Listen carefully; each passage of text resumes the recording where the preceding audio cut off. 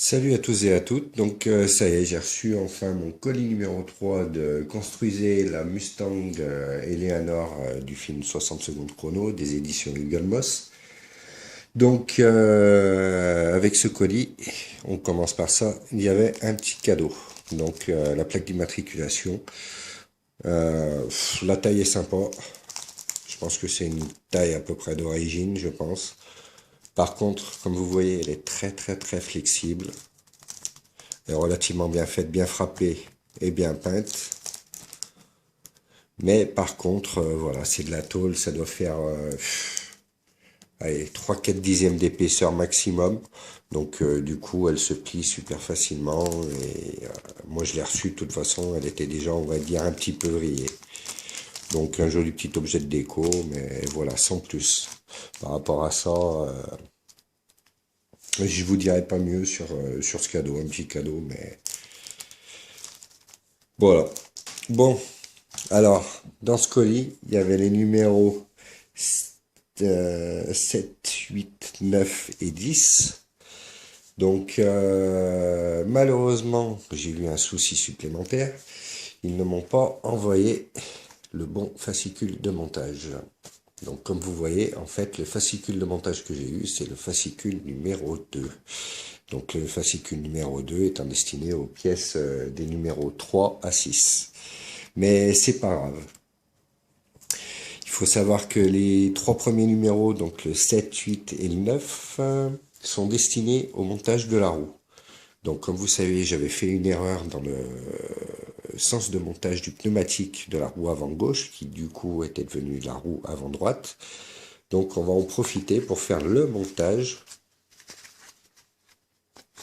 en fait, du système de frein, des disques et de fusée de la roue avant gauche. Voilà.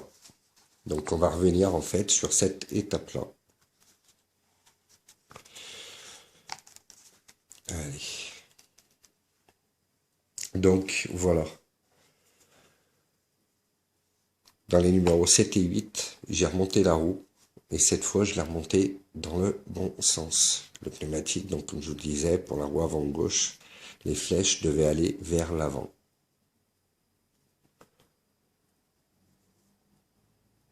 Donc rien à redire là-dessus. Comme vous savez, il faut chauffer de l'eau à température d'ébullition.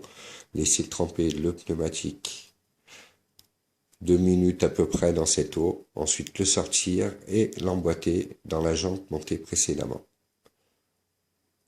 Donc voilà, allez, on va passer donc à l'étape normalement du numéro 6. Donc c'est exactement la même pour le numéro 9, mais bon, je n'avais pas le fascicule de montage, donc voilà, il suffit de faire pareil que pour la roue avant gauche. Mais par contre, ils doivent me l'envoyer rapidement. Ils vont me l'envoyer par la poste, donc le fascicule de montage, je le recevrai sous peu. Mais bon, je n'en aurai plus besoin. Donc voilà, on va commencer par ça. Donc étape 6, 1. On va prendre le support de la roue, la fusée,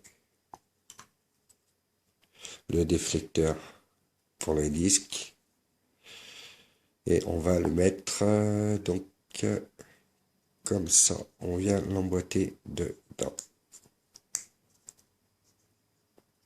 Voilà. Une fois emboîté, on vient mettre le disque. Donc le disque, comme je vous ai dit, moi j'ai refait vite fait des dessins pour qu'il fasse ventiler, simplement avec un cure-dent trempé dans de la peinture noire, et ensuite j'ai pointé avec le cure-dent. Voilà, étape 6-7 finie.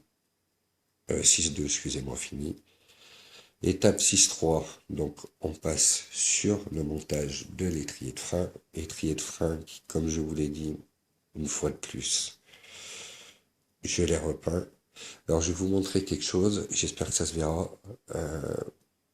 Donc les pièces, vous voyez un petit L pour dire que c'est la pièce du côté gauche. Sur celle-ci, idem. et sur celle-là aussi. Donc allez, on est reparti.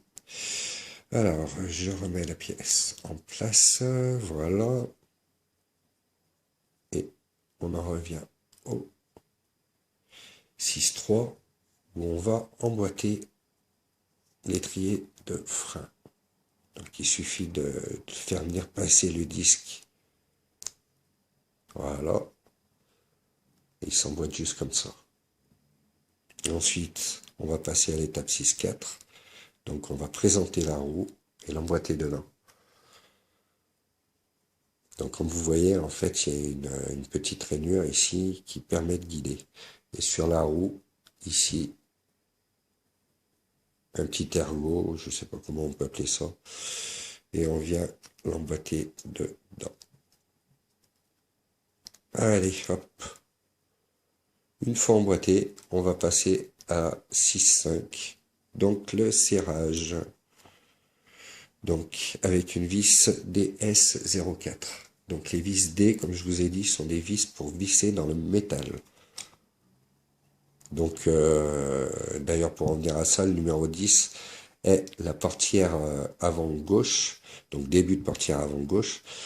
J'ai pas la notice, mais il y a que 2 sachets de vis. Donc un sachet de vis DS et un sachet de vis PS. Donc ça sera très simple à monter en fait. Il n'y a même pas besoin de la notice. Pour si peu. Donc on fera le montage comme ça à l'œil, mais logiquement, il n'y a pas de raison. Allez, on visse, on visse, on visse, on visse. On va essayer de visser au maximum.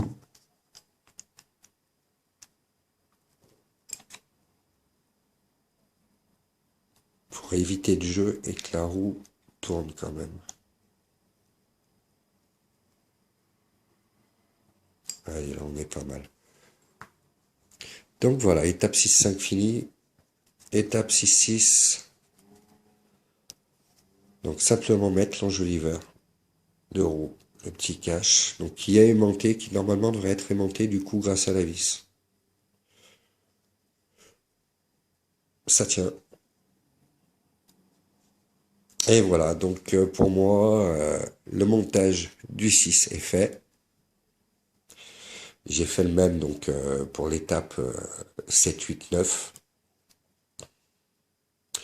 Donc montage de la roue et tout ce qui s'ensuit. Donc on a nos 2 roues avant qui sont finies.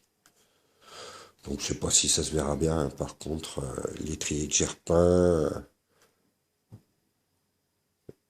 les petits points pour faire semblant qu'il soit ventilé.